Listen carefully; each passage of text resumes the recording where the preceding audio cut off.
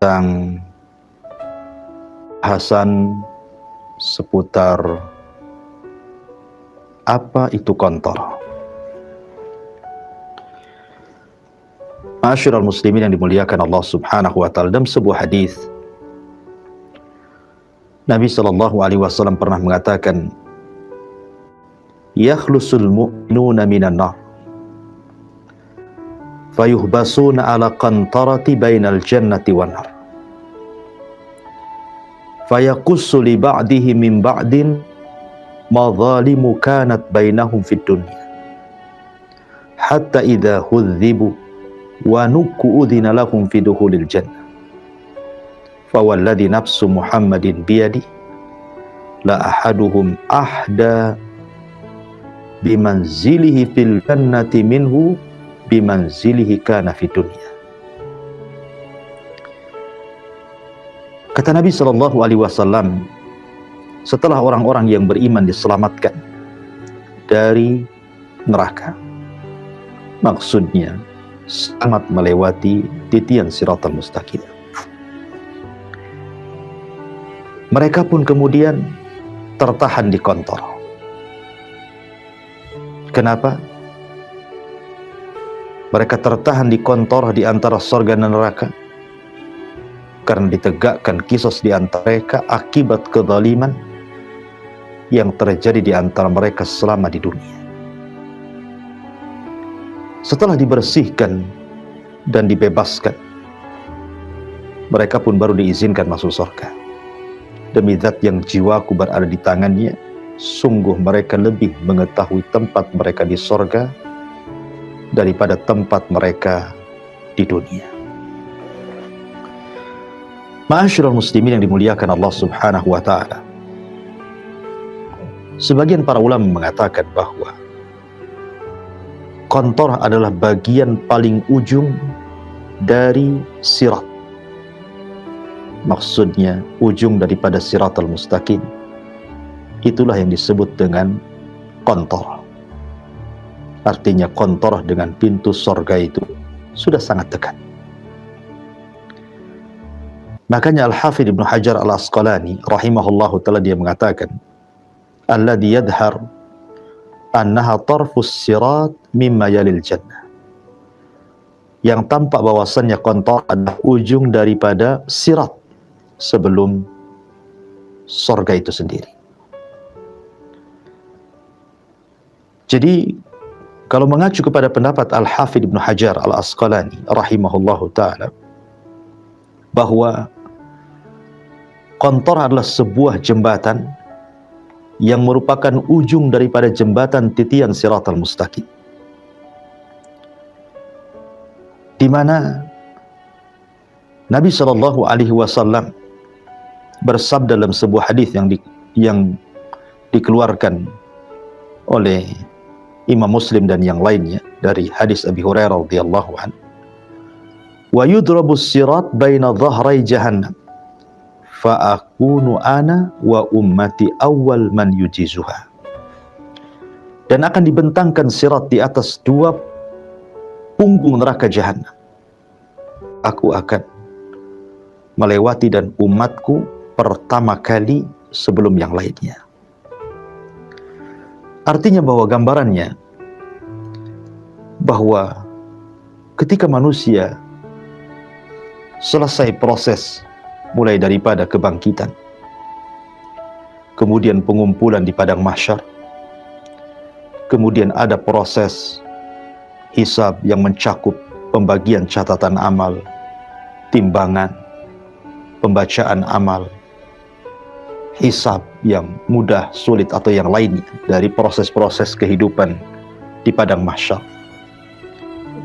Dan orang sudah dibagi-bagi, mana orang yang beriman, mana orang kafir, mana orang munafik. Maka Allah Subhanahu wa ta'ala akan datangkan jahannam di hadapan manusia. Waji'a bi jahannam, jahannam akan didatangkan. Kemudian di atas jahannam akan dibentangkan sebuah jembatan, jisrun mamdudun fawqa jahannam, sebuah jembatan yang akan dibentangkan di atas neraka jahanam. Dan semua orang yang beriman pasti melewati. Wa in kuntum illa wariduha. Kalian pasti melewati titian itu. Ada yang kemudian mereka melewati titian itu sebagaimana sabda Nabi SAW, seperti kilat. Ada di antara mereka yang melewati titian itu seperti angin. Ada yang melewati seperti burung. Ada yang berlari kencang dengan kuda balap. Dan begitu seterusnya. Walaupun secara logika, kalau kita melihat riwayat-riwayat, kemudian kita simpulkan bahwa bentuk jembatan itu tidak mungkin dilewati. Dia licin, bergerak-gerak menggelincirkan, lebih halus dibandingkan rambut, lebih tajam dibandingkan pedang. Kemudian ada besi-besi pengait yang akan menyambar ke sana kemari. Secara logika mustahil orang bisa menyeberangi titian itu. Tetapi kuasa Allah Subhanahu wa ta'ala, Allah bisa menyeberangkan orang-orang yang beriman. Allah bisa menyeberangkan orang-orang dengan mudahnya sesuai dengan amal soleh mereka. Tetapi ada juga yang mereka merangkak-rangkak diselamatkan, tapi ada juga yang merangkak-rangkak kemudian dijerumuskan ke dalam jahanam, naudzubillah. Ketika manusia sudah susah payah melewati titian Shiratal Mustaqim, kemudian sampai di ujung titian, itulah yang disebut dengan qantarah yang kita bahas. Di qantarah ini manusia bukan berarti tinggal melangkahkan kakinya ke surga, tidak. Ada proses yang disebut dengan qisas. Dan sudah saya katakan, qisas itu terjadi di dua tempat. Sebelum titian dan setelah titian. Adapun sebelum titian, ini qisas yang berlaku kepada binatang. Qisas yang berlaku kepada orang kafir kepada orang kafir. Orang yang beriman kepada orang kafir. Orang kafir kepada yang beriman. Dan begitu seterusnya. Tetapi tempat yang kedua di qantarah ini, qisas hanya berlaku bagi orang-orang yang beriman saja. Kenapa? Karena hikmahnya supaya ketika Allah masukkan manusia ke dalam surga, tidak ada lagi dalam hati mereka perasaan dendam. Karena sudah keadilan yang mereka cari selama ini, Allah kabulkan di qantarah itu. Makanya Allah Subhanahu wa ta'ala berfirman dalam Al-Quranul Karim, wa naza'na ma fi sudurihim min qilin ikhwana. Kami cabut perasaan dendam dalam hati-hati mereka ketika mereka masuk ke dalam surga.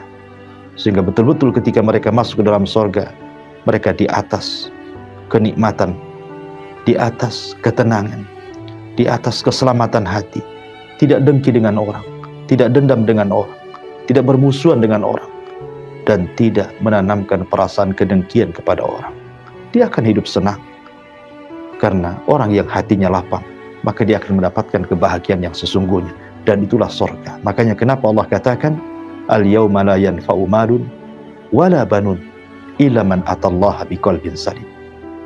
Pada hari itu tidak akan menyelamatkan mereka harta mereka, tidak akan menyelamatkan mereka anak-anak mereka, tapi yang akan menyelamatkan mereka, kata Allah, yang datang kepada Allah dengan membawa hati yang selamat.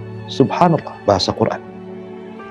Allah tidak katakan pada hari itu harta dan anak mereka tidak akan bermanfaat kecuali orang yang mendatangkan kepada Allah dengan pahala salat, pahala puasa, pahala zakat. Allah tidak katakan seperti itu. Tapi Allah katakan, illa man atallaha biqalbin salim. Kecuali orang yang datang kepada Allah membawa hati yang selamat. Bukan membawa pahala, tapi hati yang selamat. Kenapa? Karena pahala rata-rata manusia sudah habis ketika terjadi qisas di qantarah ini. Kata Nabi SAW, tahukah kamu siapa orang yang bangkrut di antara umat ini? Sahabat mengatakan, ya, orang yang bangkrut, orang yang tidak punya dirham, orang yang tidak punya dinar. Maka Rasul mengatakan, salah, bukan itu. Tapi orang yang bangkrut adalah orang yang datang menghadap Allah Subhanahu wa ta'ala. Satu sisi dia membawa pahala salat, pahala puasa, pahala zakat. Tapi satu sisi dia pernah mendolimi si fulan, pernah memukul si fulan, mencaci maki si fulan, menumpahkan darah si fulan, mengambil harta si fulan. Ketika kemudian orang-orang yang dizaliminya, mereka mendatangi orang-orang yang mendoliminya di kantor, maka mereka mengatakan, "Hei fulan, engkau dulu mendolimi diriku. Sekarang kemarikan pahalamu untukku." Maka dia pun akan berikan pahalanya. Setiap ada orang yang didoliminya, diserahkan pahala kepada dia, diserahkan pahala kepada dia, sehingga sudah habis pahalanya, sementara orang yang didoliminya belum habis. Maka orang-orang yang tidak mendapatkan pahala dari kezalimannya, maka orang-orang ini akan mengatakan, "Tidak apa-apa, kau tidak serahkan pahalamu kepada aku karena kau tidak memiliki pahala, tetapi aku akan serahkan dosaku kepadamu." Pahalanya hilang, dosa orang lain dia tanggung. Artinya kebanyakan manusia di kontora ini, mereka akan bangkrut. Ya. Makanya Al-Quran mengatakan, "Illa man atallaha biqalbin salim." Kecuali orang yang datang kepada Allah dengan membawa hati yang selamat. Karena kebanyakan amal mereka habis di kontor. Tapi ketika mereka datang kepada Allah membawa hati yang selamat, selamat dari zalim, selamat dari menyakiti orang, lisannya selamat, perbuatannya selamat, semuanya selamat. Itulah orang yang hakikatnya selamat, datang menghadap Allah Subhanahu wa ta'ala. Oleh karena itulah ma'asyiral muslimin yang dimuliakan Allah Subhanahu wa ta'ala, Nabi sallallahu alaihi wasallam mengatakan, "Man kana indahu li akhihi madlamatun fi irdin aw syai'in falyatahallalhu al-yawma qabla alla yakunu dinarun wala dirham." Siapapun yang punya kezaliman kepada saudaranya, mintalah kehalalannya di dunia sebelum nanti datang hari yang tidak manfaat lagi dinar dan dirham, kecuali hanya dengan barter pahala dan dosa. Na'udzubillah. Inilah kontor. Kontor itu tempat yang sangat menakutkan. Orang kira antara dia jaraknya dengan surga tinggal satu hasta. Rupanya dia pun menanggung dosa orang lain, dan Allah takdirkan dia tidak bisa masuk ke dalam surga. Oleh karena itulah maka takutlah kepada tempat yang disebut kontor ini. Bagaimana caranya? Hilangkan kezaliman. Jangan pernah mendolimi orang lain. Jaga lisan kita, jaga perbuatan kita, jaga hati kita. Jangan pernah mendolimi orang lain. Karena ingat, antara jarak kontor dengan surga itu tinggal sedikit. Tetapi betapa banyak orang-orang yang kemudian menjadi bangkrut di tempat ini dan tidak ditakdirkan ke surga, justru dilempar lagi ke dalam neraka. Na'udzubillah. Ma'asyiral muslimin yang dimuliakan Allah Subhanahu wa ta'ala, dari sini bahayanya manusia ketika berada di kontor. Dan kita hanya berlindung kepada Allah Subhanahu wa ta'ala. Semoga kita diselamatkan dari kontor ini, dari qisas, sehingga kita dimasukkan oleh Allah Subhanahu wa ta'ala ke dalam surga. Amin ya rabbal alamin. Ini yang bisa sampaikan faedah malam, mudah-mudahan bermanfaat. Subhanakallahumma wa bihamdika asyhadu an la ilaha illa anta astaghfiruka wa atubu ilaik. Allahu ta'ala alam. Assalamualaikum warahmatullahi wabarakatuh.